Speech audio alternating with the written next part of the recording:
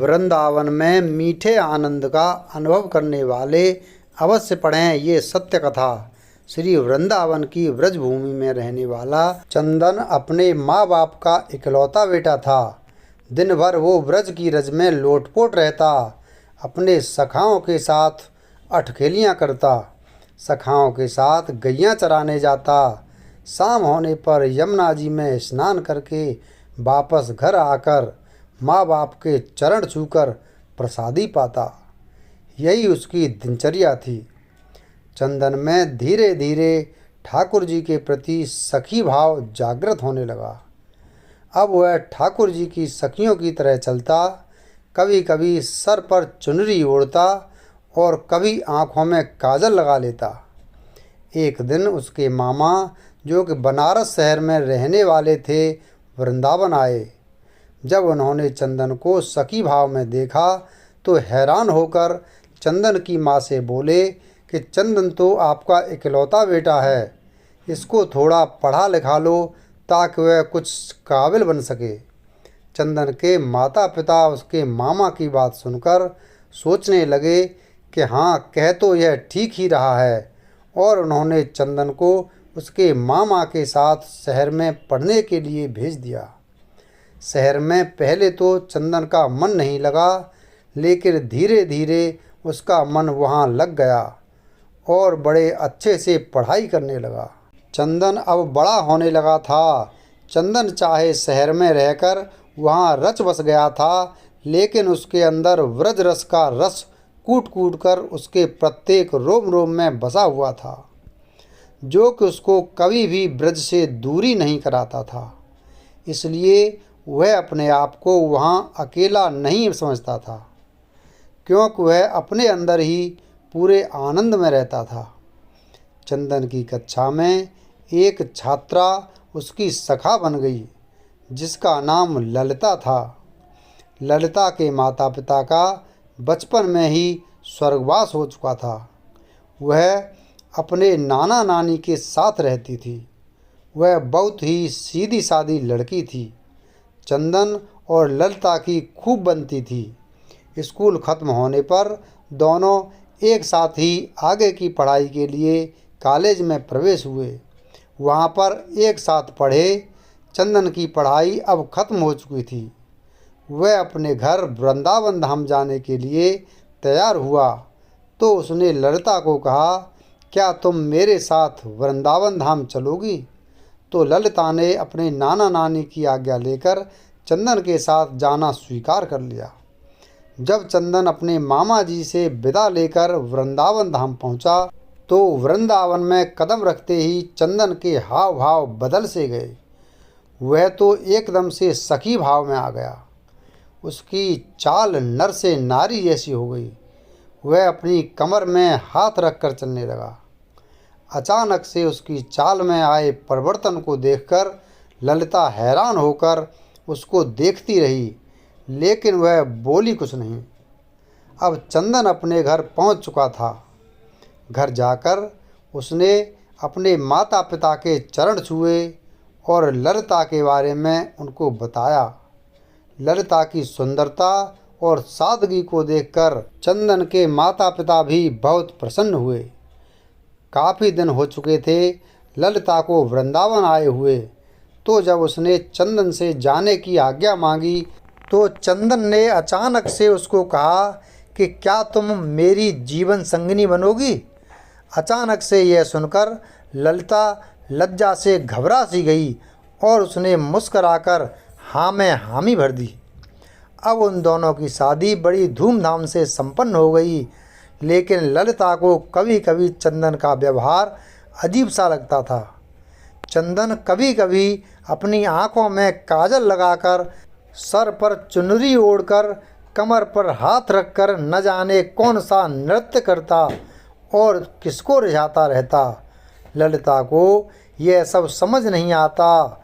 एक दिन उसने पूछा कि आप कभी कभी ऐसा रूप क्यों धारण कर लेते हो?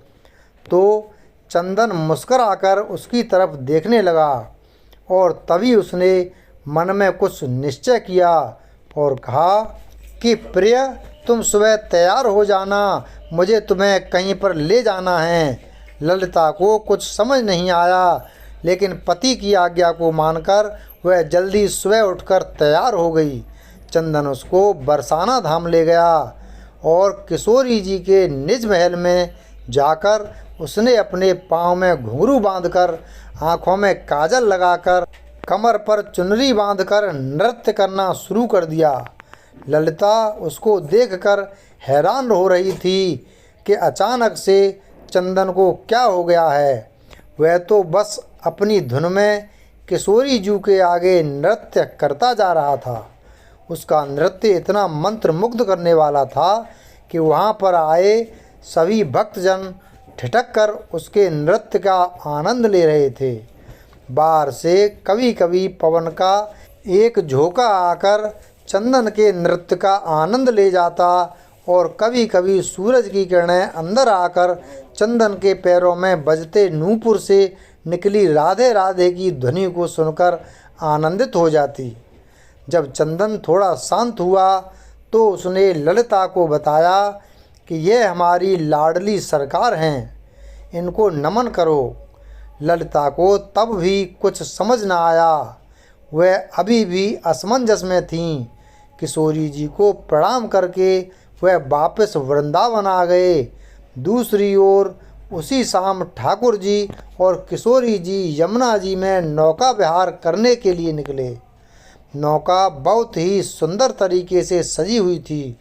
नौका में चारों ओर कमल और मोगरे के फूल लगे हुए थे। नौका में ठाकुर जी और किशोरी जू आमने सामने बैठकर एक दूसरे के रूप रस का पान कर रहे थे और उनके पीछे बैठी एक सखी हाथ में पतवार को लिए नौका को चला रही थी। तभी अचानक से सखी के हाथ से पतवार छूटकर यमुना में चली गई और वो घबरा सी गई और घबराहट के कारण वह अपने पैरों के नाखून से नौका की भूमि को कुरेदने लगी। तभी अचानक से ठाकुर जी का ध्यान पीछे बैठी सखी पर पड़ा और बोले, अरे सखी, इतनी घबराई हुई क्यों हो? उसने हाथ जोड़कर बड़ी विनम्रता से कहा, कन्हैया, मेरी पतवार यमुना जी में गिर गई है। तो ठाकुर जी मुस्करा कर बोले, इसमें घबराने की क्या बात है? और आँखों ही आँखों में उन्होंने किशोरी जी को कुछ इशारा किया। अब एक तरफ से किशोरी जी ने और दूसरी तरफ से ठाकुर जी ने अपने हाथ को यमुना जी में डाल दिया और वह दोनों अपने दोनों हाथों को पतवार की तरह चलाने लगे। झुकने के कारण किशोरी जी के सिर पर ओढ़ी चुनरी यमुना जी में भीग रही थी और उधर दूसरी तरफ ठाकुर जी का गले में पड़ा पीताम्बर यमुना जी में भीग रहा था। हाथों पर पीताम्बर और चुनरी पर लगा इत्र यमुना जी में घुल मिल गया था। ठाकुर जी और किशोरी जी ने अपने हाथों से उस नाव को किनारे पर लगाया। अगले दिन ललिता की सास और ससुर चंदन के मामा के यहाँ कुछ काम से चले गए। अब घर में ललिता और चंदन अकेले थे। चंदन सुबह सुबह ही अपने काम पर चला गया और ललिता हाथ में मटकी को लेकर यमुना जी से जल भरकर ले आईं। आज घर में कोई नहीं था, इसलिए जब ललिता ने मटकी में से जल को थोड़ा सा पिया तो उसमें इतनी सुंदर इत्र की खुशबू को महसूस करके वह बहुत प्रसन्नता से भर गई। धीरे धीरे उसने उस मटकी से काफ़ी जल पी लिया और जब थोड़ा सा जल शेष बचा तो उसका ध्यान मटकी में पड़ा तो वह क्या देखती है कि नौका में बैठकर विहार करते किशोरी जू और लाल जू नजर आ रहे हैं। ललिता घबराकर दीवार के सहारे टेक लगाकर खड़ी हो गई। उसको कुछ सूझ नहीं रहा था। मटकी से पिया हुआ जल धीरे धीरे अब उसके पूरे शरीर में फैल गया था। उसकी आंखों में न जाने कैसे अश्रुधारा बहने लगी। इतने में चंदन बाहर से आया और अपनी पत्नी की ऐसी दशा देखकर उसने पूछा, प्रिय, क्या हुआ? ललिता के मुख से कुछ भी नहीं निकल रहा था, परंतु उसके होठ कुछ कहने के लिए फड़फड़ा रहे थे। सांस जोर जोर से चल रही थीं, आंखों की पलकें हिल भी नहीं रही थीं। चंदन ने जब उसको झिझोड़ कर बार बार पूछा तो उसने मटकी की तरफ इशारा किया। चंदन ने जब मटकी की तरफ देखा तो उसको भी मटकी में ठाकुर जी और किशोरी जी की नौका विहार की छवि दिखाई दी और वह झूम झूम कर नाचने लगा और ललिता को पकड़कर उसने खींचकर जोर से अपने अंक में भींच लिया और कहने लगा, अरे प्रिय, आज तुझे ब्रज ने स्वीकार कर लिया है। आज तुझे मेरे श्यामा सामजू ने स्वीकार कर लिया है। ललिता कुछ समझ नहीं पा रही थी और चंदन की तरफ देखी जा रही थी।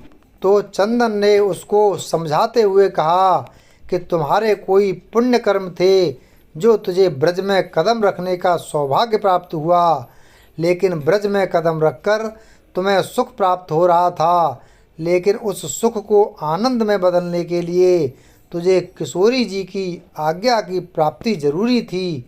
इसलिए मैं तुम्हें बरसाना धाम ले गया था ताकि तुझे भी वहाँ पर किशोरी जी का आशीर्वाद प्राप्त हो। यह उन्हीं की कृपा प्राप्ति है जो आज तुम्हें ठाकुर जी और किशोरी जी के नौका विहार के दर्शन इस मटकी में प्राप्त हुए हैं, क्योंकि आज तुझे ठाकुर जी और किशोरी जी ने अपना लिया है। जो यमुना जी का जल धीरे धीरे उसके शरीर में प्रवेश हुआ था, वह ठाकुर और किशोरी जी की कृपा की छलनी से उसके पाप नीचे बैठ गए थे और अब उसके पुण्य कर्म ऊपर थे। इसलिए ललिता को इस आनंद की प्राप्ति हो चुकी थी। ब्रज में तो हर कोई आता जाता रहता है और उसको सुख की प्राप्ति होती रहती है, लेकिन जिस पर ठाकुर जी व किशोरी जी की कृपा हो उसको सुख के साथ साथ ठाकुर जी के आनंद की भी प्राप्ति होती है। इसलिए हमें ठाकुर जी के मीठे आनंद को अपने रोम रोम में प्रवेश करा के उस आनंद से प्राप्त प्रेम की मृग तृष्णा को इतना बढ़ाएं कि वह प्रेम आँखों में निकलने वाले नमकीन अश्रुओं के द्वारा बहकर ठाकुर जी और किशोरी जी की मीठी कृपा से सराबोर हो सके। वीडियो अगर पसंद आया हो तो वीडियो को लाइक करें और चैनल को सब्सक्राइब करें। धन्यवाद।